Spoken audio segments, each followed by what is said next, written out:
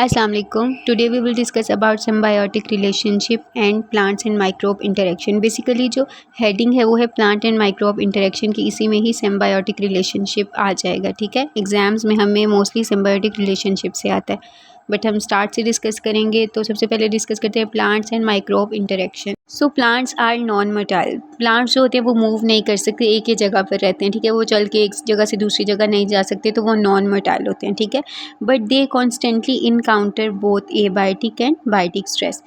उनको कॉन्टीन्यूसली, उनको कॉन्स्टेंटली जो है एबायोटिक और बायोटिक स्ट्रेस रहता है. बेशक वो चल नहीं सकते, बेशक वो मूव नहीं कर सकते हैं, एक जगह से दूसरी जगह नहीं जा सकते, बट वो अंडर स्ट्रेस रहते हैं. कैसे? एबायोटिक और बायोटिक स्ट्रेस क्या होते हैं? टेम्परेचर का, सैलिनिटी का, वाटर का, लाइट का, इन सब का उनको स्ट्रेस रहता है. अब देखें, हम मूव करते हैं, एक जगह से दूसरी जगह जाते हैं, हमारा स्ट्रेस तो बनता है. ठीक है, लेकिन उनको भी तो ऑब्वियस है ज़िंदा रहने के लिए बहुत सी चीज़ें चाहिए. वो ज़िंदा हैं. ठीक है, वो ज़िंदा है, उनकी कुछ रिक्वायरमेंट्स हैं. लाइक उनको टेम्परेचर चाहिए, एक नॉर्मल टेम्परेचर चाहिए जितना उनकी ग्रोथ के लिए होना चाहिए, पानी चाहिए और बहुत सी और न्यूट्रिएंट्स चाहिए. सैलिनिटी के अकॉर्डिंग हर चीज़ उनको, जो ज़मीन है वो ज़रखेज़ चाहिए, हर चीज़ें उनको प्रॉपर चाहिए, तो ही वो ग्रो कर सकते हैं. तो ही जो है हमें फ्रूट्स मिलते हैं, हमें जो है ऑक्सीजन मिलती है, हर चीज़ प्लांट से ही तो मिलती है. तो उनको भी प्रॉपर चीज़ें चाहिए. और ये एबायोटिक बायोटिक स्ट्रेस है, अगर ये टेंशन है मतलब कि मिलेगी या नहीं मिलेगी. ठीक है, तो बेशक वो नॉन मोटाइल हैं, बट उनको हमेशा एबायोटिक और बायोटिक स्ट्रेस रहता है. इन चीज़ों का स्ट्रेस रहता है कि हमें मिलेंगी कितनी, किस टाइम, क्या, हर मौसम बारिश होती रहे. अगर पौधे कोई ऐसी जगह पर रख दें हम जहाँ पर रोशनी नहीं आती, तो वो तो मुरझा जाते हैं ना, तो उनको एक टेंशन तो है ना. ठीक है, तो इसका ये मतलब है there is a constant war between pathogen and plant host. तो इसका क्या मतलब है कि प्लांट्स और पैथोजन के दरमियान हर टाइम एक लड़ाई रहती है, कांस्टेंट वॉर होती है हर टाइम. किस किस के दरमियान? पैथोजन और प्लांट के दरमियान, प्लांट होस्ट के दरमियान. ठीक है, और इसका रिजल्ट क्या होता है? या तो प्लांट जो है वो रेजिस्टेंट हो जाता है, या तो वो डिजीज्ड, या तो उसे बीमारी लग जाती है, या तो वो उस बीमारी के अगेंस्ट रेजिस्टेंट हो जाता है. फॉर एग्जांपल हमारी मिसाल ले लें, हमें एक बीमारी है. ठीक है, या तो हम मर जाते हैं, दो ही कंडीशंस होती हैं, या तो हम मर जाते हैं या तो हम उस बीमारी के अगेंस्ट रेजिस्ट होके तो ठीक हो जाते हैं. तो सेम एज प्लांट, जब उन्हें कोई माइक्रो ऑर्गेनिज्म या कोई बैक्टीरिया लग जाता है, जैसे आपको पता है कि प्लांट्स के में ब्लैक ब्लैक से सुराख हो जाते हैं, कुछ कीड़े वगैरह उनको खा लेते हैं. तो सेम एज जब कोई माइक्रो ऑर्गेनिज्म या कोई भी बैक्टीरिया वगैरह किसी भी प्लांट के पास आता है, पैथोजन आता है, उसको इन्फेक्ट करता है, तो वो प्लांट, दो ही कंडीशंस बचेंगे, या तो वो प्लांट जो है वो उसके अगेंस्ट रेजिस्ट करके ज़िंदा रह लेगा. ठीक है, या तो वो डिजीज़्ड हो गया, यानी कि मर जाएगा, मुरझा जाएगा. ये दो ही कंडीशंस होती हैं. नीचे देखें, डायग्राम भी है, ये प्लांट बना हुआ है. माइक्रोब जब इस पे जो है इन्फेक्ट करने के लिए इसके ऊपर आते हैं, तो दो ही कंडीशंस बचती हैं, या तो वो डिजीज़्ड हो जाते हैं या तो रेजिस्ट हो जाते हैं. ठीक है, या तो वो रेजिस्टेंस हासिल कर लेते हैं या तो डिजीज़ होके मर जाते हैं. सिंपल. अच्छा, देखते हैं माइक्रोबियल कॉलोनी जो है वो किस किस टाइप की होती है. दो तरह की होती है. ठीक है, एक एपीफाइट्स होते हैं और एक एंडोफाइट्स होते हैं.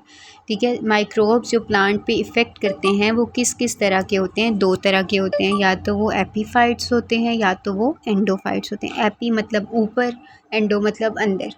ठीक है, एपीफाइट्स कौन से होते हैं? वो माइक्रोब्स जो कि प्लांट की सरफेस पर जाते हैं. ठीक है, उसको जाके डैमेज करते हैं. जो एंडो मीन्स जो वो कॉलोनी, यानी कि वो माइक्रोब्स जो कि प्लांट के इंटीरियर, यानी कि प्लांट के अंदर जाकर उनको डैमेज करने के लिए जाते हैं. ठीक है, यानी उनको इफ़ेक्ट करते हैं अंदर जाके. तो ये दो तरह के माइक्रोब्स होते हैं.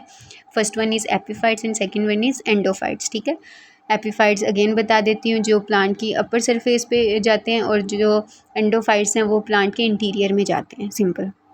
Plants and microbes have variety of interaction includes. Plants और माइक्रोब का मैंने कहा कि हर टाइम इनमें वॉर ही रहती है, लेकिन हर टाइम वॉर नहीं भी रहती. ठीक है, तो इसमें बहुत से वैरायटी ऑफ इंटरेक्शंस होती हैं पौधों में और पैथोजेंस में. ठीक है, अब कौन कौन सी? First one is pathogenic, second one is symbiotic and third one is associative. ये तीन हैं. पैथोजेनिक रिलेशनशिप भी रहता है प्लांट्स और पैथोजन में, सिम्बायोटिक रिलेशनशिप भी रहता है प्लांट्स और पैथोजेंस में, और एसोसिएटिव रिलेशनशिप भी रहता है प्लांट्स एंड पैथोजन में. तो सबसे पहले देखें पैथोजन रिलेशनशिप. जो पैथोजेनिक रिलेशनशिप है ना, वो कहाँ पर प्रेजेंट होता है, अकर होता है? Extra cellular space of plants. Extra cellular space कौन सी होती है? सबसे प्लांट्स की जो आउटर लेयर है वो तो सेल वॉल है. सबसे आउटर लेयर प्लांट्स में सेल वॉल होती है. अच्छा, प्लांट्स में सेल वॉल होती है, ह्यूमंस में सेल वॉल क्यों नहीं होती, एनिमल्स में? प्लांट्स में सेल वॉल इसलिए होती है, मैंने बताया था कि वो नॉन मर्टाइल होते हैं, ठीक है। अगर बारिश हो रही है, आंधी है, तूफ़ान है, धूप है तेज़, कोई भी मौसम है, वो उठ के अंदर नहीं चले जाएंगे, वो उधर के उधर ही रहेंगे। तो उनकी प्रोटेक्शन के लिए आउटर एक लेयर होती है सेल वॉल।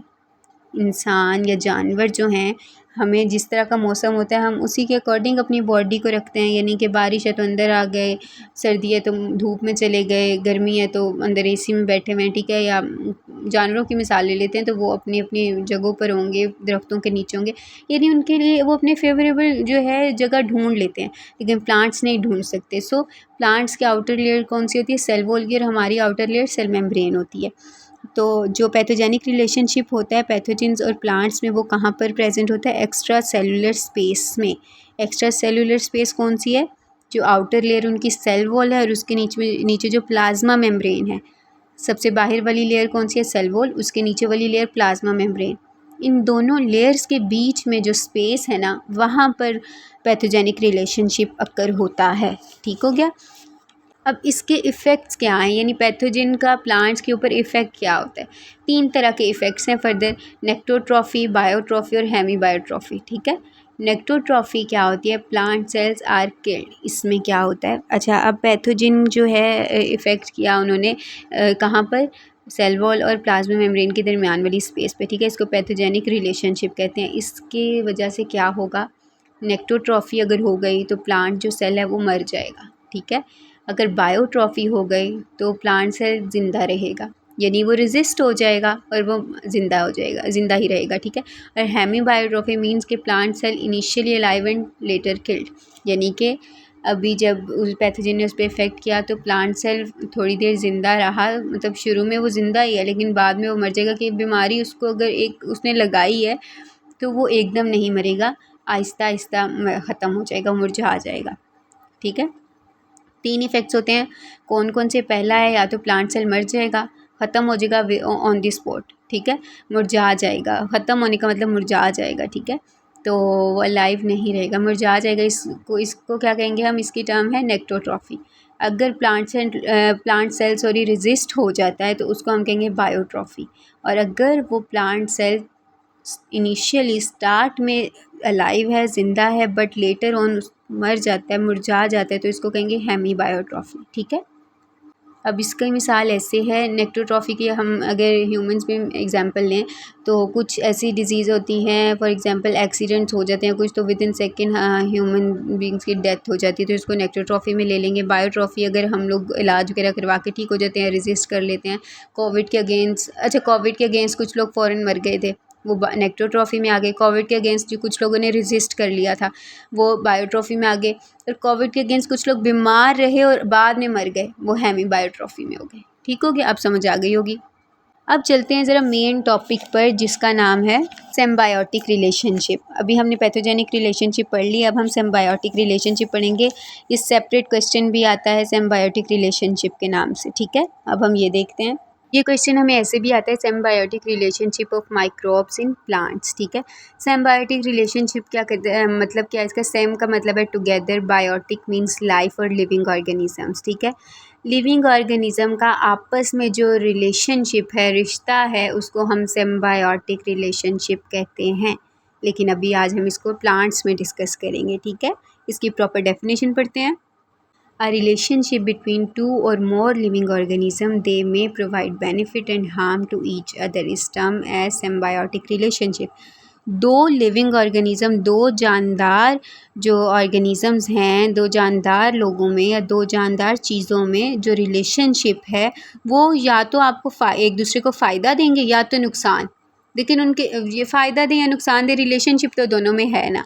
इस रिलेशनशिप को क्या कहेंगे? सिम्बायोटिक रिलेशनशिप, ठीक है। इसकी भी आगे फर्दर 5 टाइप्स हैं, ठीक है। अभी हम लोगों ने स्टार्ट में 3 टाइप्स पढ़ी थी।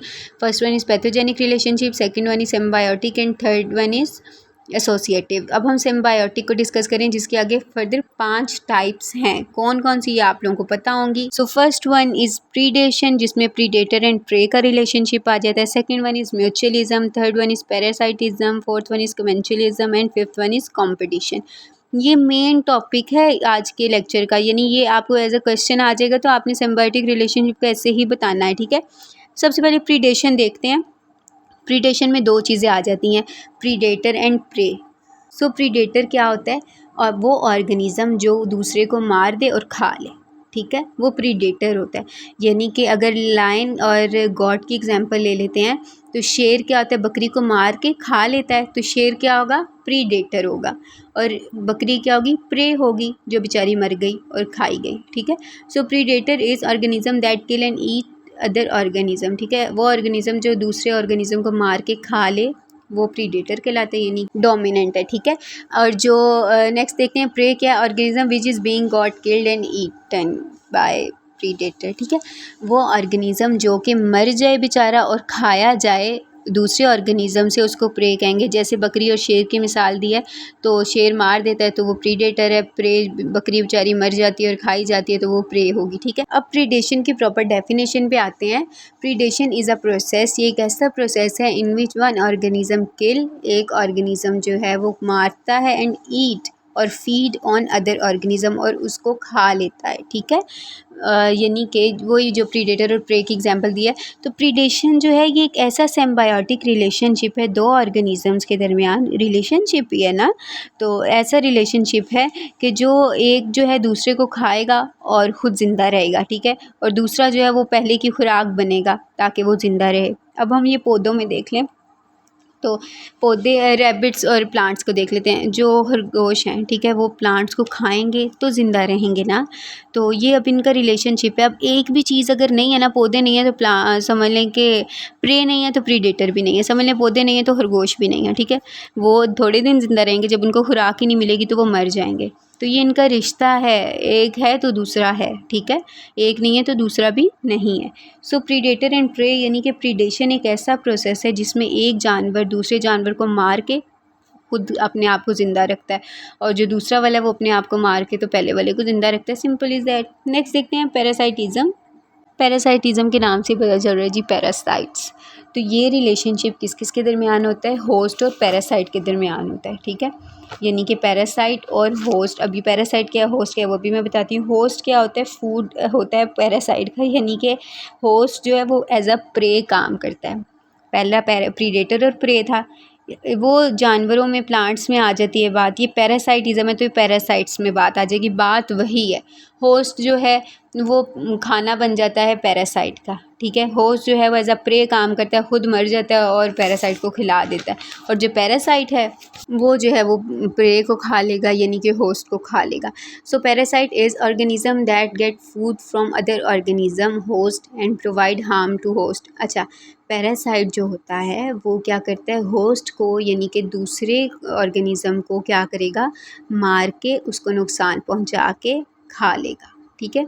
Only one organism can benefit, इसमें क्या होता है, सिर्फ एक ऑर्गेनिज्म को ही फ़ायदा पहुंचता है और एक को नुकसान। ऑब्वियस है, जो हमने लास्ट पढ़ा है उसमें भी क्या था, एक को नुकसान पहुंच रहा था और एक को क्या हो रहा था, फ़ायदा हो रहा था, यानी कि प्रीडेटर को फ़ायदा था, प्रे को जो था वो नुकसान था। सेम एज पैरासाइट में ये एक ऐसा सिम्बायोटिक रिलेशनशिप है जिसमें एक को फ़ायदा होता है और एक को नुकसान होता है। यानी कि पैरासाइट क्या करता है, प्रे को मारता है, पैरासाइट जो होस्ट को मार के खा लेता है, खुद को फ़ायदा पहुंच जाता है और होस्ट बेचारा मर जाता है, समझ लो कि उसको नुकसान है। अब इसकी एग्जांपल है मॉस्कीटो की, ठीक है। मॉस्कीटो क्या करती है, absorb blood from animal body and provide malaria, हाँ, यानी कि जो मॉस्कीटो आपको पता है कि हमारी बॉडी पे आता है, मच्छर सिंपल वर्ड्स में, मच्छर आगे हमारे हाथ पे काटता है, ब्लड लेके चला जाता है, फ़ायदा किसको हुआ, मच्छर को हो गया ना, हमें क्या हो गया, मलेरिया हो गया, हम तो नुकसान उठा के बैठे हैं ना। तो ये पैरासाइट और होस्ट, हम क्या है, होस्ट, और पैरासाइट क्या है, मॉस्कीटो, मच्छर। आई समझ, यानी कि बहुत आसान अल्फाज में मैंने आप लोगों को समझाया कि एक मॉस्कीटो और ह्यूमन बीइंग की एग्जांपल है पैरासाइटिज़म में, यानी कि एक मच्छर जो है वो काट के अब खुद तो ब्लड सक करके चला जाता है, अपना फूड तो वो ले लेता है, लेकिन हमें इन रिटर्न मलेरिया यानी कि नुकसान दे जाता है, सिंपल। नेक्स्ट देखते हैं हम म्यूचुअलिज़म। म्यूचुअलिज़म एक ऐसी चीज़ है जिसमें दोनों को म्यूचुअल यानी कि दोनों को फ़ायदा होगा, ठीक है। Relationship between two organism in which both can get benefit, एक ऐसा रिलेशनशिप जिसमें दोनों ऑर्गेनिज्म जो हैं वो फ़ायदा हासिल कर सकते हैं, इसको हम म्यूचुअलिज्म कहते हैं और फ़ायदा हासिल करते हैं, ठीक है, यानी दोनों को ही फ़ायदा होगा, कोई नुकसान में नहीं जाएगा। अब ये साइकिल देखें लाइकेंस का है, एल्गी और फंगस के दरमियान, ठीक है।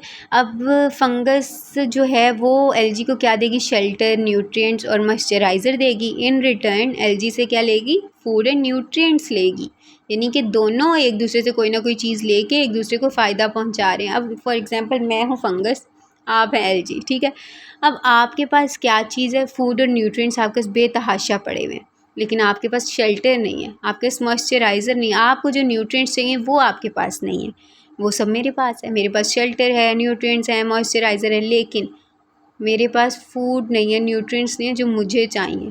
तो मैं क्या करूँगी, मैं कहूँगी भाई आप इस तरह करो, जो चीज़ें आपको चाहिए वो मुझे दे दो, जो चीज़ें मुझे चाहिए वो मैं आपको दे दूँ, दोनों खुशी खुशी रहते हैं भाई। तो इसी तरह फंगस और एल्गी क्या करते हैं, एक दूसरे को जो चीज़ें चाहिए वो देते हैं और लेते भी हैं, और जो है ये एक साइकिल चलता रहता है। और इस रिलेशनशिप को क्या कहते हैं, म्यूचुअलिज्म। ये भाई राज़ी वाला जो है, राज़ीनामे वाला रिलेशनशिप है जिसमें दोनों को फ़ायदा पहुँचता है। नेक्स्ट देखते हैं कमेंसलिज्म। तो कमेंसलिज्म में ये होता है कि एक को जो है फ़ायदा होता है और दूसरे को ना तो फ़ायदा होता है ना तो नुकसान, उसको परवाह ही नहीं होती, उसको फ़र्क ही नहीं कुछ पड़ता कि आपसे कोई फ़ायदा ले रहा है नुकसान ले रहा है। अब ये इसकी एग्जांपल कैसे, one get benefit and other one remains unaffected, यानी कि इसमें क्या होता है, एक को फ़ायदा होता है और दूसरा उसको कोई कुछ होता ही नहीं है, ना फ़ायदा ना नुकसान। एग्जाम्पल इसमें बर्नकल की है और वेल की है। बर्नकल जो होती हैं वो छोटी छोटी से वेल के ऊपर होती हैं और वहाँ से क्या करती हैं, फूड लेती हैं, ठीक है, फूड लेती हैं और इन रिटर्न वेल कितनी बड़ी है, ठीक है, उसके बराबर में छोटी गतरी सी मछली क्या है, कुछ भी नहीं है, तो बर्नकल कहते हैं उसको, ठीक है, बर्नकल। सो बर्नकल जो होती हैं वो वेल्स के ऊपर होती हैं और क्या करती हैं, वहाँ से उससे फूड लेती रहती हैं और जो है वो वेल को कोई फ़र्क ही नहीं पड़ता कि वो चिपकी हुई हैं, जो है वो इतनी बड़ी है उसको पता भी नहीं होता, ठीक है, तो उसको कोई फ़र्क नहीं पड़ता। सो ये कमेंसलिज्म की एग्जांपल है। इसके अलावा एक और है, फ्रॉग लिव्स इन ट्रीज़। जो मेंढक हैं वो दरख्तों में रहते हैं, ठीक है, मोस्टली या पानी के अंदर या इस तरह, ठीक है। They get shelter from trees, वो क्या करते, शेल्टर हासिल करते हैं ना पौधों से, यानी कि उनको एक घर मिला हुआ है, ठीक है। तो लेकिन ट्रीज़ को कोई फ़र्क नहीं पड़ रहा उनसे, ट्रीज़ को क्या पता कि मेंढक है या क्या है, उनको तो नहीं ना पता।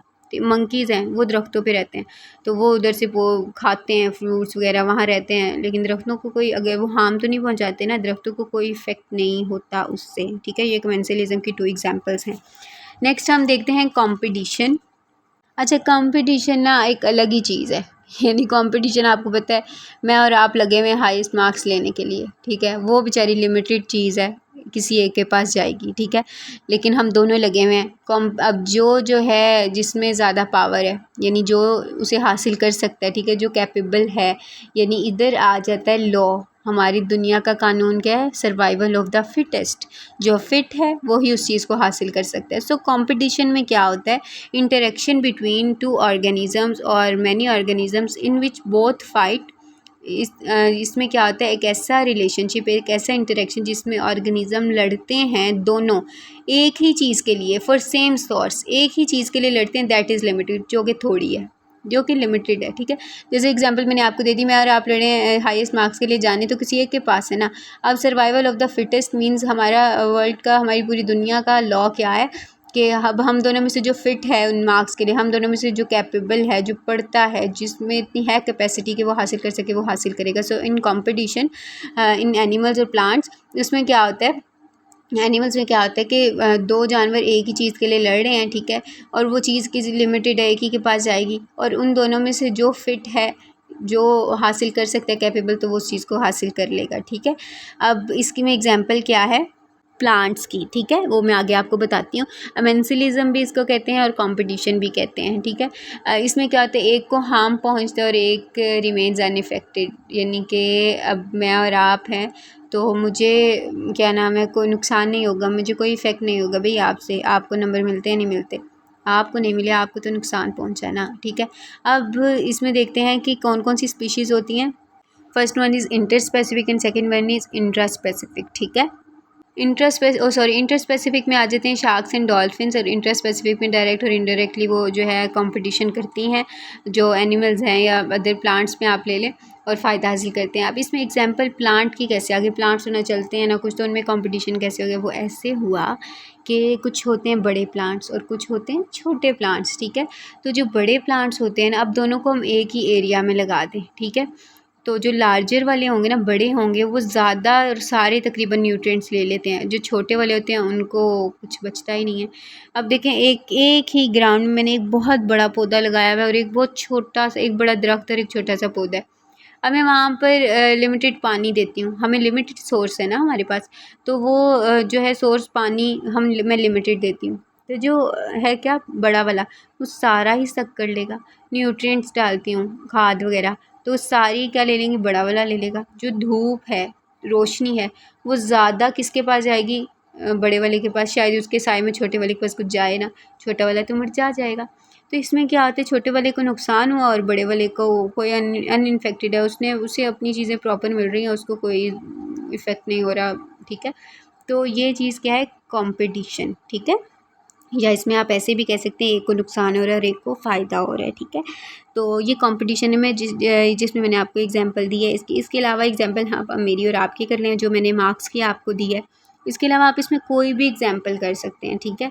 अब 2 शेर हैं, दोनों एक ही बकरी के पीछे भाग रहे हैं। अब जो फिट है वो खा लेगा, उसको फ़ायदा है, जो नहीं फिट था वो नहीं, उस बेचारे को नुकसान, वो भूखा रह गया। तो इसमें आप कुछ भी एग्जांपल्स ले सकते हैं।